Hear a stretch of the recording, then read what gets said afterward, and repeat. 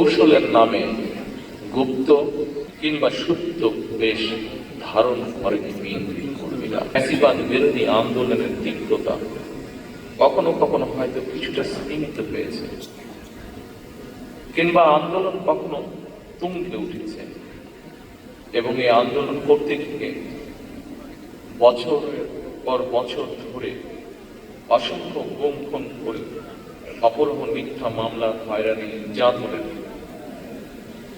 পর বিএনপির একজন নেতাকর্মীও কিন্তু রাজপথ ছাড়ে।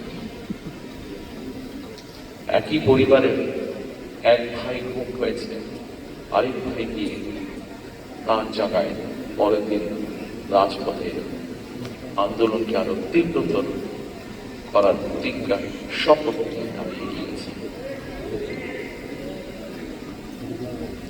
কৌশলের নামে গুপ্ত কিংবা সুপ্ত বেশ ধারণ করেন বিএনপি কর্মীরা। আমি বিশ্বাস করি, দৃঢ়ভাবে বিশ্বাস করি, যে দলের নেতাকর্মীরা অন্যায়ের বিরুদ্ধে এ ধরনের আপোষে ভূমিকা রাখতে পারে, সেই দলের বিরুদ্ধে ষড়যন্ত্র কিংবা অপপ্রচার চালিয়ে কেউ এই দলকে দমন করে রাখতে পারে। ফ্যাসিবাদী আমলের নির্যাতনের শিকার আমার সামনে বসা হাজারো প্রিয় মুখ,